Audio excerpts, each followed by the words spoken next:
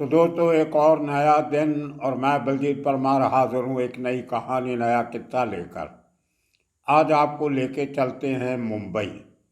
मुंबई का वर्ली इलाका, जहाँ पे देश के एक बहुत बड़े क्लब में से प्रेस्टिजियस एलीट क्लब है जिसका नाम है national sports club of India.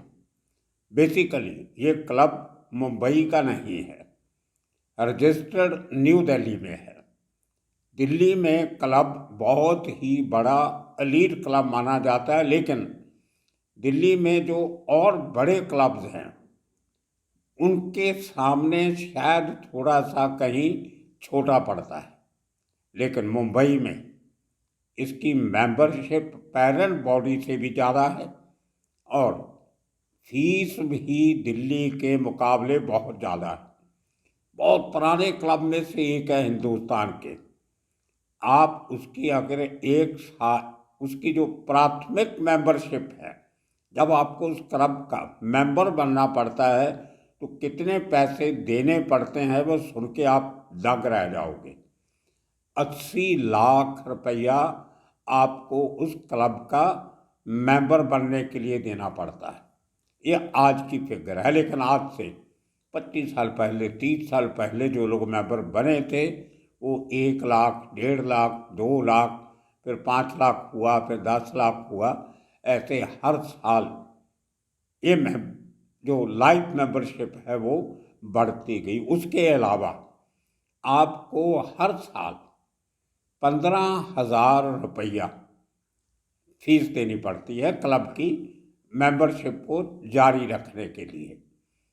उसके अलावा जो आपने खाना पीना है उसके पैसे अलग से देने हैं।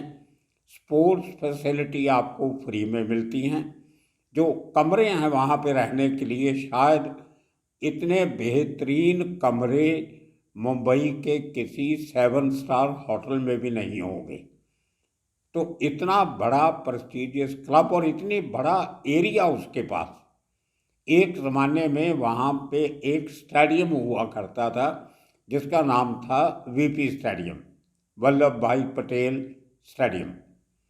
उसमें कुश्तियों का दौर हुआ करता था एक ज़माने में, और वो कुश्तियाँ जो पूरे हिंदुस्तान में मशहूर थी वो मुंबई में जब होती थी तो इसी वीपी स्टेडियम में होती थी। मुझे याद है बहुत बार मैं दाराजी, उनकी फैमिली, उनके जान पहचान वाले, उनके साथ उनके भाई रंधावा और बहुत से, अजीत सिंह टाइगर, एक दूसरा अजीत सिंह था लंबे कद का वो, तो बहुत से बाहर के वो पहलवान भी आते थे। चाहे कमला शंकर पांडे, ये सब पहलवान वहाँ कुश्तियों का दौर चलाते थे। और दिनों पहले, हफ्तों पहले टिकट्स बुक हो जाती थी। और जितना वो कुश्तियाँ मशहूर थी उतना ही वीपी स्टेडियम मशहूर। यही नहीं, उसके साथ साथ पंजाब एसोसिएशन का जो बैसाखी का मेला लगता था उसका 3 दिन का मेला भी उसी वीपी स्टेडियम में मनाया जाता था। उसके बाद जो कंसर्ट्स होते थे, कभी जगजीत सिंह का कंसर्ट गज़ल इवनिंग, कभी पाकिस्तान से गुलाम अली आए, जब मेहंदी हसन आए उनके कंसर्ट। उसके अलावा जो अंदर उनके 3-4 हॉल थे, कवर्ड हॉल, कमरे बड़े बड़े, कॉन्फ्रेंस रूम, मीटिंग रूम, उनमें भी बहुत बड़े बड़े फंक्शन हुआ करते थे। जतिन मलिक, सुलक्षणा पंडित, उनकी बहन विजेता पंडित, इन सब की मेरे साथ मुलाकात उसी क्लब में हुई थी। फैज़ अहमद फैज़ साहब इंडिया आए, बॉम्बे आए, उनका फंक्शन भी इसी क्लब में हुआ था। तो कहने का मतलब ये कि इतना प्रेस्टिजियस क्लब है और उसका जो व्यू है, जो उसकी लोकेशन है, वो बड़ी खूबसूरत है। मेरिन ड्राइव को जाते हुए जब वर्ली से भी बेसंत रोड से निकलते हो तो रास्ते में जो हाजी अली वाला जो एक सड़क का हिस्सा आता है, उस पर हिंदुजा बैंक के सामने हेडक्वार्टर के साथ सबसे पहली जो इमारत है या जो जगह है वो NSCI की है। उसके बाद कुछ और 2-3 इमारतें छोड़ के लाला लाजपत राय कॉलेज है, बहुत प्रेस्टिजियस, जो पंजाबी कम्युनिटी का बनाया हुआ है वो है। और उसके पीछे बैक साइड में रेस कोर्स है मुंबई का, और बिल्कुल सामने समुद्र के बीचों बीच हाजी अली दरगाह है, दरिया महल है, समुद्र दिखाई देता। मैं सब बात इसलिए बता रहा हूँ कि इस क्लब की अहमियत क्या है। ओवर द ईयर्स जैसे जैसे मेंबर बढ़ते गए, मैं आपको एक बात और बता देता हूँ, एक ज़माना था 1990-95 तक जब इसकी बहुगिनती मेंबर्स जो थे वो सिंधी और पंजाबी कम्युनिटी के थे। इसलिए पंजाबी और सिंधी के साथ मिले हुए जो फंक्शन, त्यौहार, मेले, मशाहदे जो लगते थे वो उसी क्लब के उसी ग्राउंड में लगते थे। ओवर द ईयर्स वो ग्राउंड को कवर करके मुंबई का सबसे बड़ा इंडोर स्टेडियम बनाया गया। पिछले सालों में 3-4 साल में जब से कबड्डी लीग टीवी पे दिखाई जाती है, जिसमें अमिताभ बच्चन की टीम, फलां एक्टर की टीम, इसकी टीम, उसकी टीम खेलती हैं, उनके जो मैचेस होते हैं वो भी उसी इंडोर स्टेडियम में होते हैं। डोम उसको कहते हैं, ऊपर से छत उसकी बंद कर दी गई है। ये भी इसलिए बता रहा हूँ कि अभी डोम का जिक्र आएगा। इतने बड़े क्लब में जिसकी इतनी आमदन हो, आज वो खबरों में क्यों है? वहाँ पर 150 करोड़ रुपए का घपला हो गया। इतनी कमाई वाले क्लब को 2012 से लेके 2018 तक 6 साल में 150 करोड़ रुपए का घाटा दिखाया गया। और जिन लोगों के समय, लोग mean president, chairman, secretary, general secretary, joint secretary और कैशियर और कमेटी मेंबर्स, उन सब की मेहरबानी से ये हुआ। लेकिन मेंबर्स हैं, जैसे मैंने कहा 25,000 के करीब मेंबर्स हैं उस क्लब के। दिल्ली के शायद 15,000 हैं, मुंबई के 25,000 मेंबर हैं, 40,000 टोटल मेंबर्स हैं उस क्लब के। क्योंकि दिल्ली वालों को यहाँ पे फ्री है, यहाँ के लोगों को दिल्ली में इनकी मेंबरशिप फ्री चलती है। अब जब ये घपला सामने आया तो पुरानी मैनेजमेंट ने एक बड़ी KMPG करके बड़ी एक कंपनी है, ऑडिट करती है जो कंपनियों का, उसको हायर किया। करोड़ों रुपये उसको फीस दे दी उस कंपनी को, इंटरनेशनल कंपनी है। और उसने अपनी रिपोर्ट में कह दिया कि कोई घपला नहीं है। उसके बाद जो इंटरनल चार्टर्ड अकाउंटेंट हैं, ऑडिटर्स हैं, उनकी कमेटी ने भी कह दिया कोई घपला नहीं है। लेकिन 2019 में क्लब के कुछ मेंबर्स ने तारदेव पुलिस स्टेशन में एक कंप्लेंट करवा दी। जब तारदेव पुलिस स्टेशन ने जब जानकारी हासिल की तो पता चला मामला बहुत सीरियस है, अमाउंट बहुत बड़ा था। उन्होंने ये केस ट्रांसफ़र कर दिया मुंबई क्राइम ब्रांच की इकोनॉमिक ऑफेंसेस विंग को। अब 1.5 साल की इंक्वायरी में इकोनॉमिक ऑफेंसेस विंग ने तकरीबन सब के सब पदाधिकारियों के पुराने और नए उनकी स्टेटमेंट्स रिकॉर्ड कर लिए। उन स्टेटमेंट्स के बेस पे ED, एनफोर्समेंट डायरेक्टोरेट ने जब पूरी तहकीकात की, इंक्वायरी की, स्टेटमेंट्स को स्टडी किया, तो उन्होंने 250 करोड़ रुपए की धांधली का केस रजिस्टर कर लिया एनफोर्समेंट डायरेक्टोरेट ने। अब देखिए, मेंबर्स को लगता था 150 करोड़ की गड़बड़ हुई है, लेकिन ED की प्रिलिमिनरी FIR में 250 करोड़ रुपए का घपला बताया जा रहा है। बात यहाँ ख़त्म नहीं होती, आपको सुनाते हैं एक मेंबर ने अपने ही क्लब के बारे में क्या कहा। यह मेंबर वो है जो इलेक्शन नहीं लड़ रहा, जिसका किसी भी डिसीजन में कुछ लेना देना नहीं है। और ये मेंबर वही मेंबर है जिसकी आवाज़ आप हमारी इस चैनल पे बहुत बार सुन चुके हो, जितने प्रीमियर लीग, क्रिकेट की बैटिंग, ऑनलाइन बैटिंग के ऊपर जिनके विचार आप अक्सर सुनते रहते हो और पसंद भी करते हो। ये वही हमारे सज्जन अपना नाम कभी नहीं बताते, मुझे भी गलत नाम बताया हुआ है। तो इन सज्जन ने इस पूरे मामले के बारे में क्या कहा, सुनिए। आगे की बात बाद में करते हैं। दोस्तों, अभी आपको लेके चलते हैं मुंबई के वर्ली इलाके में, जहाँ पे ये national sports club of India situated है। जैसे आपने पहले पूरी कहानी सुनी, उसके बारे में उस क्लब के एक मेंबर जो बड़ी बारीकी से नजर रखे हुए हैं, 27 को इलेक्शन भी है उस संस्था की, वो सब अंदर की सब क्या 26 को इलेक्शन है कल। 26 को, ओके, कल ही इलेक्शन है, तो उसके पहले क्या माहौल है, अंदर की बात क्या है, तो उन मेंबर से हम बात करते हैं ताकि आपको पूरी हकीकत बारीकी से समझा जाए। हाँ जी भाई साहब, बताइए आपके क्लब में क्या चल रहा है। देखिए सर, कल इलेक्शन है, उसके अंदर दो ग्रुप खड़े हुए हैं। एक जयंतीलाल शाह की ओर से खड़ा हुआ है और दूसरा ग्रुप जो है वीरेंद्र शाह जो रूपम का मालिक है, और अतुल मारू जो शिव मारू का मालिक है। मगर हाईलाइट वो है सर, अतुल मारू जो 2012 से लेकर 2018 तक सेक्रेटरी था, वो जयंतीलाल शाह जो प्रेसिडेंट था, उसके बाद राकेश मल्होत्रा वो भी सेक्रेटरी था। इन लोगों ने से 2012 से लेकर 2018 तक इतना करप्शन किया है, इतना क्लब को लूटा है जिसकी कोई लिमिट नहीं है। 2019 के अंदर तारदेव पुलिस स्टेशन के अंदर इसकी कंप्लेंट चली गई और वो कंप्लेंट जो है 2020 को ईओडब्ल्यू में ट्रांसफर हो गई। और सर हाईलाइट वो है कि पिछले 2.5-3 साल के अंदर क्लब को 150 करोड़ का नुकसान है। नुकसान कैसे हो सकता है? 4 रेस्टोरेंट है, इतनी होटल अच्छी चलती है, इतना बड़ा डोम है, अच्छे अच्छे प्रोग्राम होते हैं, तो क्लब को नुकसान कहाँ से होता है?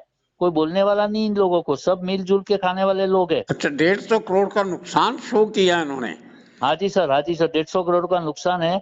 और अभी दूसरा बीएमसी ने जो है वो 60 करोड़ का कोई प्रॉपर्टी टैक्स निकाला हुआ था, तो 3 करोड़ रुपया कोई कंसल्ट को दिया गया, 3 करोड़ रुपया, कि भाई ये प्रॉपर्टी टैक्स जो हमारा कम किया जाए।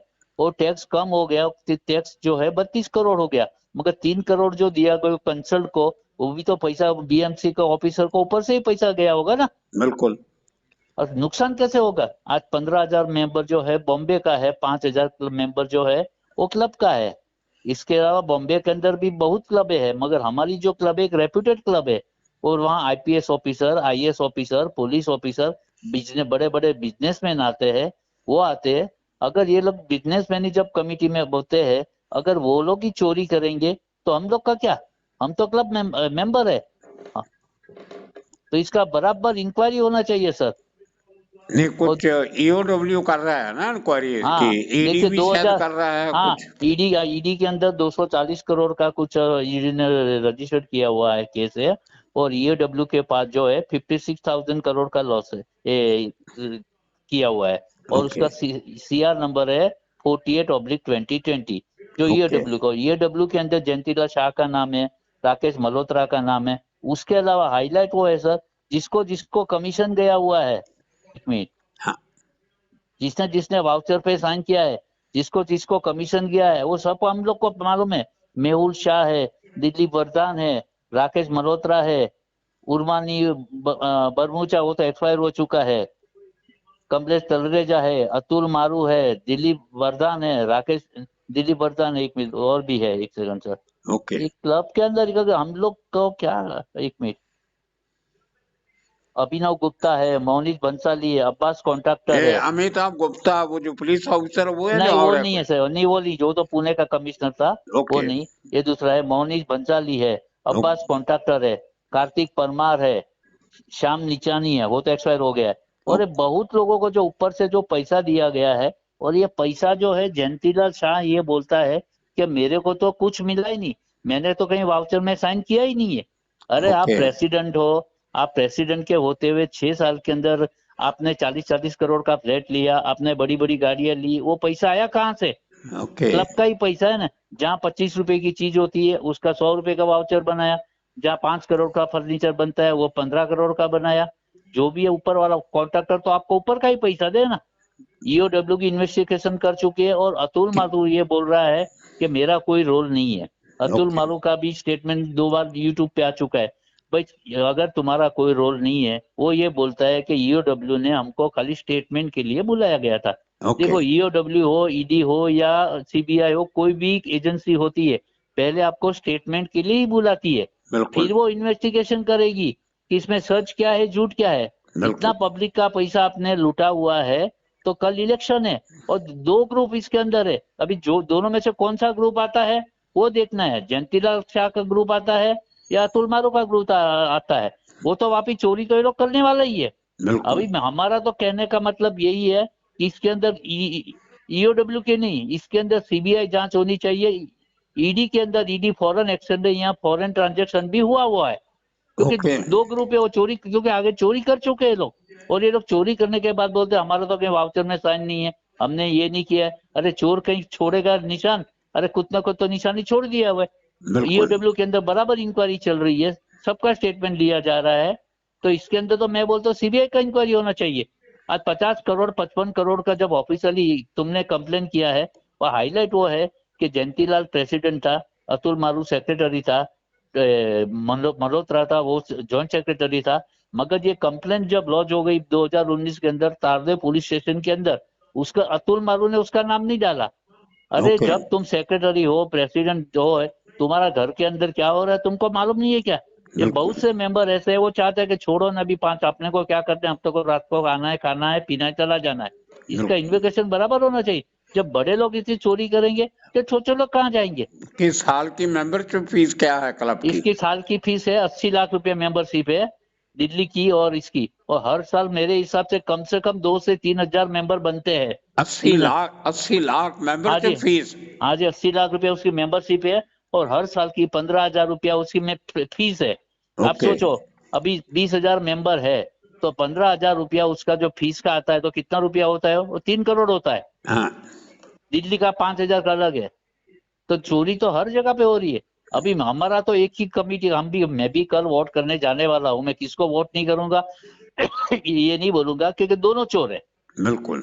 दोनों पार्टी चोर है सर। हर पार्टी अपना अपना झंडा उड़ा के रख ली है, आप आमने सामने हो रही है। अभी जो नया चोरी करेंगे वो बात की बात है, मगर जूनी चोरी चोरी हुई है उसको ईओडब्ल्यू को उसको इन्वेस्टिगेशन करके जो है उसको पब्लिक के सामने लाना चाहिए, क्लब के मैनेजमेंट के सामने लाना चाहिए। और हाईलाइट वो है कि वहां की एक अकाउंटेंट है हाँ। चेताली करके, वो ओ, खाली अकाउंटेंट थी, आज की तारीख में उसको जनरल मैनेजर बना दिया गया है। ओके।